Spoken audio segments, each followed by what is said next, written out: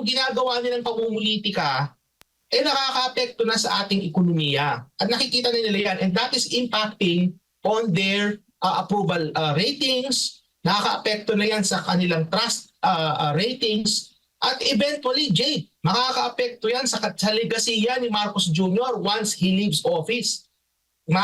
Ayaw na siguro na siya ay maalala bilang pinakamahinang Pangulo or ang Pangulo na kapag under sa kanya, nakaranas ang ating bansa ng pinakamababang pagpasok ng foreign direct investment inflows.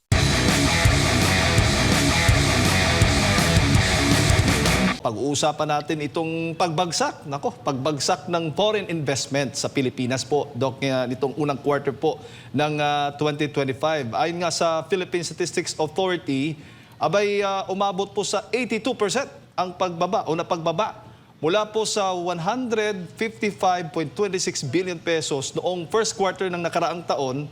Ngayon ay umaabot po ito sa 27.99 billion pesos ngayong taon. Doc, ano ho ba ang ibig sabihin nito? Well, maraming posibleng explanation kung bakit nakaranas ng pagbaba ng foreign direct investment ang ating bansa. It can be a combination of different factors.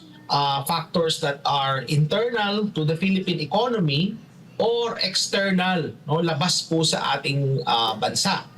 Halimbawa, sa kaso ng itong banta ng mga taripa, itong mga pabago-bagong polisiya sa Estados Unidos, itong mga geopolitical tension, hanggang ngayon nandyan pa rin yung mga digmaan sa iba't ibang mga panig ng mundo, yung volatility ng market sa produktong petrolyo, yan nakaka-contribute yan sa investor sentiment. So yan yung mga external factors na nakaka-apekto sa desisyon ng mga investors.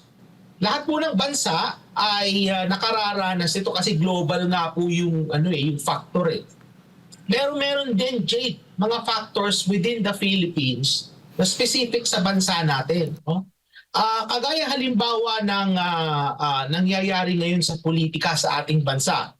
Yan ay nakakaapekto yan sa desisyon ng mga investors kung sila ay mamumuhunan sa ating bansa. At pakita nga natin yung slide 1. Meron akong inihandang mga datos para sa ating mga kababayan. Jade, kung mamarapatin po natin. Yes, Doc. Meron akong yan. So makikita ninyo dyan, yan yung pagpasok ng foreign direct investment under sa administrasyon ni Pangulong Marcos Jr. Makikita natin yan yung amount in billions of US dollars kada buwan. Makikita natin tumataas at bumababa yan. So that exhibits what we call cyclicality.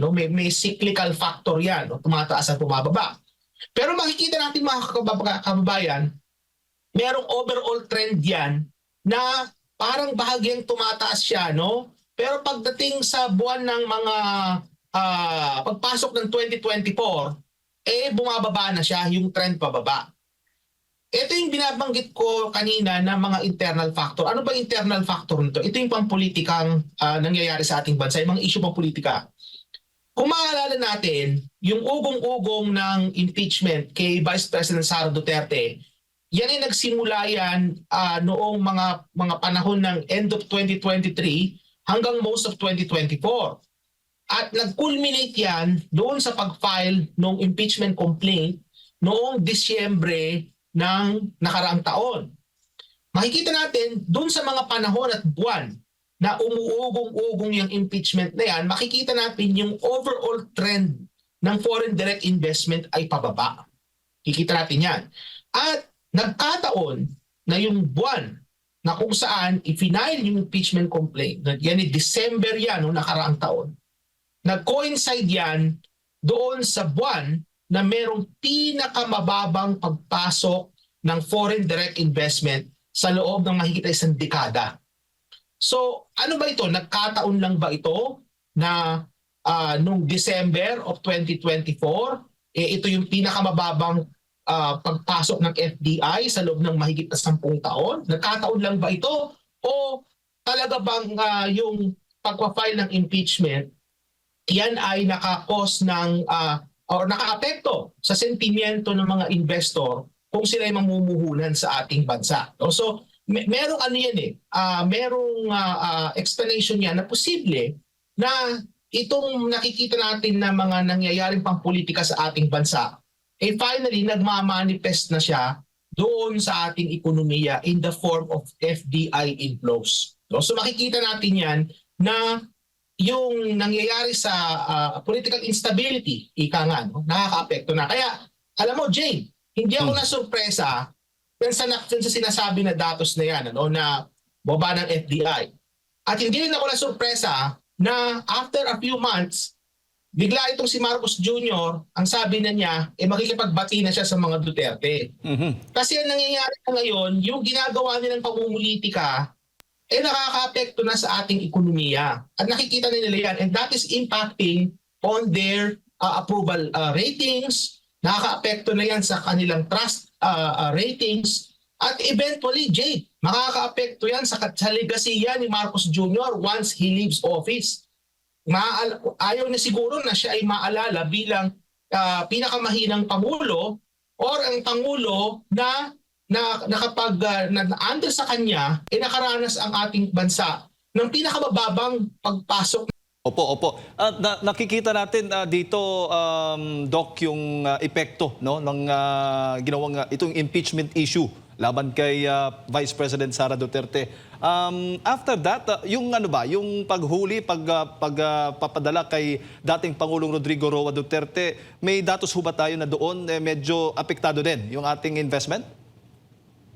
Kasi ang later pa natin makikita yung Jade kasi yung pag-aresto kay yung pagkikidnap rather kay FPRRD. Yes. Ay nangyari yan nung early itong 2025 So yung datos na meron ang PSA at saka ang BSP ay for the first quarters, actually hanggang February nga lang yung meron sa BSP. Sa BSP kasi binigyan sa Bangko Sentral. So, pero if we were to follow the trend, Jade, no? Kasi meron tayong tinatawag din na trending. Makikita mo dyan, ang trending nung ating foreign direct investment, pagpasok ng 2024 hanggang sa kasalukuyan, pababa yung trend. Pababa siya. Oo. So, ibig sabihin, we expect that the same trend will continue. Kasi nakita natin na nakakaapekto yung mga nangyayaring pampolitika sa investor sentiment.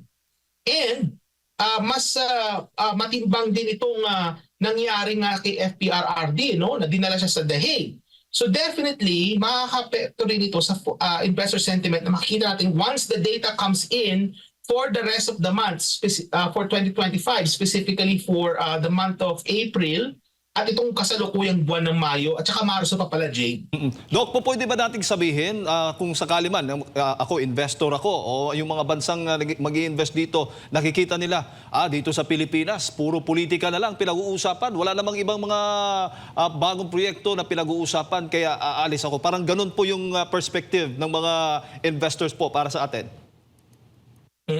Alam mo kasi, Jade, isa sa mga factors din ng investor decision is yung tinatawag nating kalidad ng pamamahala. No, pakita nga natin yung slide 2. Meron akong listahan dyan ng mga factors So sa slide 2, makikita natin yung mga internal or domestic factors na nakakaapekto sa investor sentiment. Ito po. Kabilang dyan, ayan, Jade, kabilang dyan yung macroeconomic stability. No? Kung gaano ba ka-stable yung ekonomiya ng isang bansa. No? Kung namamanage ba ng maayos ang inflation, namamanage ba ng maayos ang unemployment?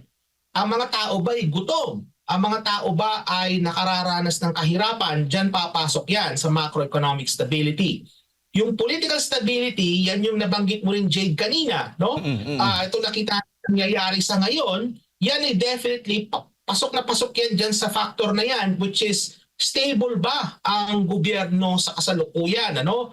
Nangyayari kasi sa gobyerno sa ngayon, they've created a self-inflicted wound, no? Parang sinaktan nila yung sarili nila by going after the vice president, by sending the former president to The Hague, and by harassing all of their allies, no? Yung mga kakampi ng mga Duterte ay pina-persecute sila, no?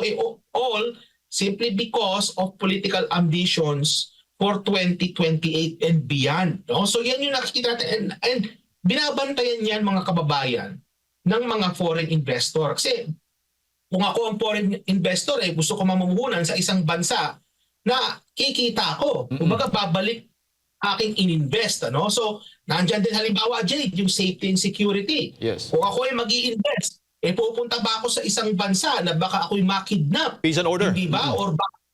O baka yung aking establishmento pasukin ng mga masasamang loob, no, at nakawin yung aking mga gamit. So definitely nakakaapekto din yan sa desisyon ng mga investor, Jay. In short, Doc, bagsak dito sa mga determinants mo na nakikita sa internal factors ba lang, ay makikita nating bagsak ang Administrasyong Marcos dito. Kaya ito nang nangyari, yung foreign investment natin, ang resulta, bumaba sa unang quarter. Oo, hindi na tayo nakakasurpresa dyan kasi kitang-kita naman natin sa datos, ano, pagka yan kinorelate natin yan. Halimbawa, yung incidents ng mga krimen, no, yung sinasabi mismo ng ating mga mamamayan na feel nila hindi sila safe, no? Yung mismong admission din, Jade, ni Pangulong Marcos Jr. sa kanyang mga pagkukulang. Nakakarating yan sa mga foreign investor. Alam naman natin na ang balita naman ngayon, napakabilis na, hindi ba? At yan ay nakakarating sa international audience. Yung sinabi ni Marcos Jr. nitong mga nagdaang araw na kung saan na inadmit niya mismo, no, yung mga pagkukulang, hindi nila na-implement yung mga polisiya, yung mga pinangako nila nung kampanya hindi nagmaterialize. So yan nakakarating yan sa mga investor, ano, yung ginagawa nga nila na persecution at pang-aapi, no, doon sa kanilang mga kaaway sa politika. Yan ay definitely nakakaapekto na yan sa ating ekonomiya. Kaya nga siguro, Jade, sa palagay ko kaya itong si Marcos Jr. has extended an olive branch sa mga Duterte is because nakikita na nila, and I believe may mga economist din si Marcos Jr. na bumubulong sa kanya, nagsabi sa kanya na, Mr. President, if you were to continue with this course of action na ginagawa sa ngayon, nakita na nila yan dyan pa lang sa FDIJ, makikita mo yung trend pababa na Hindi ba? So kung they were to allow this to continue, lalo pang sasadsad ang FDI sa ating bansa. Ay alam naman natin, Jay, na kulang ang pag-generate ng investment internally sa ating bansa. Kulang po yan, mga kababayan. Kaya nga, we rely so much on foreign direct investment para mapunan po yung pagkukulang ng investment generation sa ating internal economy. Kaya kung patuloy pang gagawin ito ng ating mga namumuno, no, yung pamumulitika na ito, pupulutin na lang po sa kangkungan ng ating ekonomiya kapag nagtuloy-tuloy pa yan. Oo. Isa rin po sa mga sanhi, Doc, kung nakikita po ninyo yung pag-uutang natin, yung malaki utang natin, Doc, isa rin ho ba yan sa mga salik o sanhi ng pagbagsak ng ating foreign investment?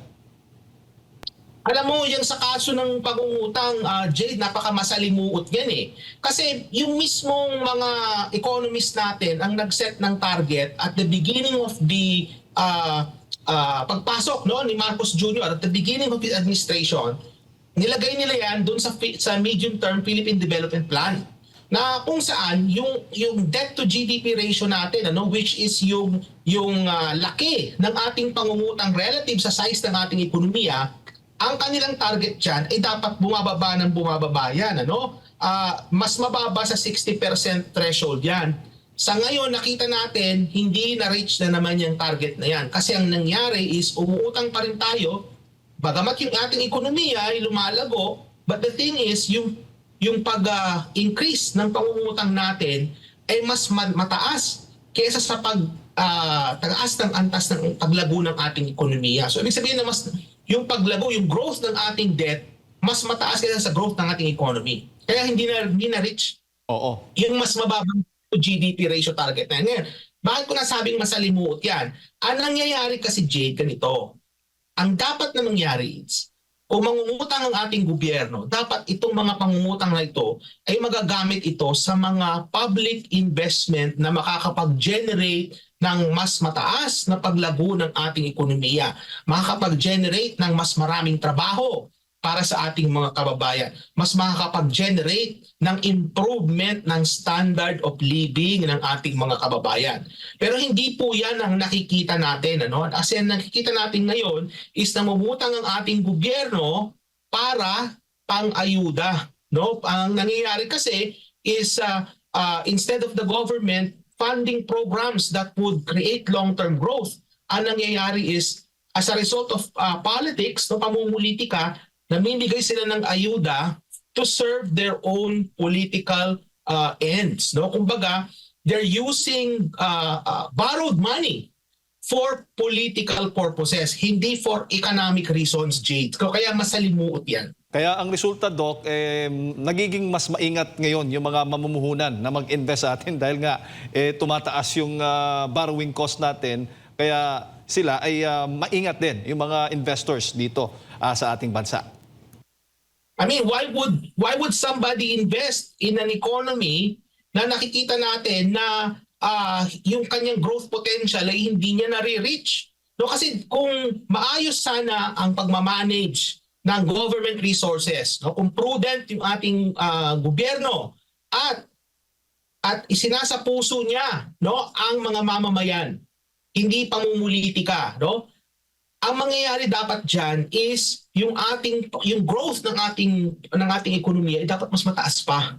At yung mas mataas na growth ng ekonomiya, Jade, yan ang nakaka-attract ng mga investor. Yes. Makikita mo saan pupunta ang mga investor sa Vietnam. Pakita natin, Jade, sa slide number 3. Meron akong slide number 3 dyan. No? Kukumpara natin ang Pilipinas at Vietnam. Ayan mga kababayan.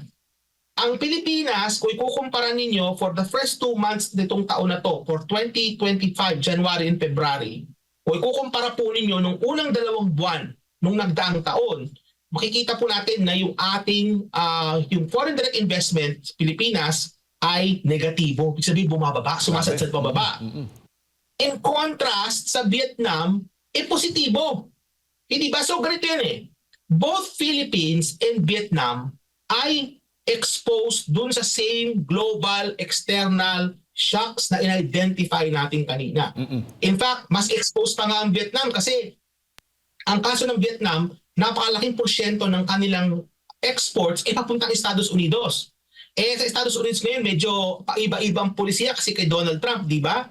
Ang Pilipinas exposed din. Pero in spite of almost the same level of exposure to global shocks, how come that Vietnam still managed to attract more investments than the Philippines? Well, the answer to that question is simply because of domestic policies. So yung internal factors ang mas matimbang na dito, mga kababayan. Anong kaibahan ng Vietnam sa Pilipinas? Mas stable yung kanilang politika. Mas stable ang kanilang polisiya. Mas welcoming sila sa investors. In contrast sa ating bansa, ikabaliktaran. Pamumulitika ang inuuna, pangsarili ang inuuna, mataas pa rin ang cost of production, all of these factors combined, at yan po ang resulta, mga kababayan. Ang foreign direct investment po na pumapasok sa ating bansa, imbes na tumataas, ay bumababa. Mentras sa ibang bansa, tumataas.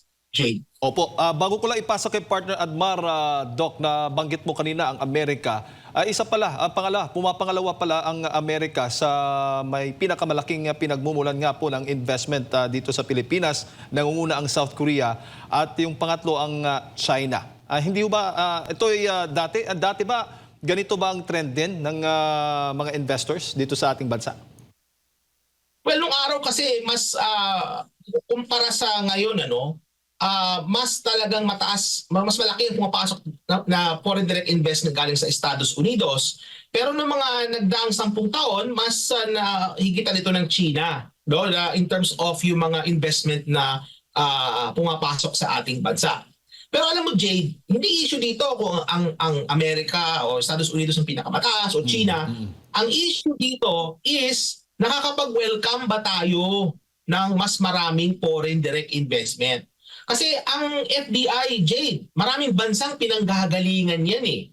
In fact, the more the countries na nakaka-attract ka ng FDI, mas maganda yun, mga kababayan. Kasi kung magko-concentrate lang tayo, kagaya halimbawa nung sa kaso ng Vietnam, no, majority ng kanilang export halimbawa, puro galing papuntang Estados Unidos. Most of their FDIs come from the US. So kumbaga, yung level of exposure nila, yung level of risk nila mas mataas kasi nga yung Estados Unidos pupabago-bago ng pulisya, talaga maapektuhan sila. Ang dapat na estratehiya sa ating bansa ay hindi tayo dapat mag-concentrate sa mga iilang bansa lamang in terms of attracting foreign direct investment. Alam mo, Jay, may kasabihan sa investment na sa wikang Ingles na do not put your eggs in one basket. Di ba? May ganung kasabihan. Ganon din po sa mga foreign direct investment. Hindi tayo dapat na umasa lang sa FDI mula halimbawa sa Estados Unidos o mula lamang sa China, sa Japan o sa South Korea o saan pa man. Dapat ng estratehiya ng ating gobyerno is to attract foreign direct investments from as many countries as possible. Hindi ba? So yun yung kasi nga, pag well-diversified ang sources mo ng foreign direct investment, mas less ang exposure mo doon sa mga nangyayari doon sa mga individual na mga bansa na pinanggagalingan ng mga investment kasi nga diversified na, Jay.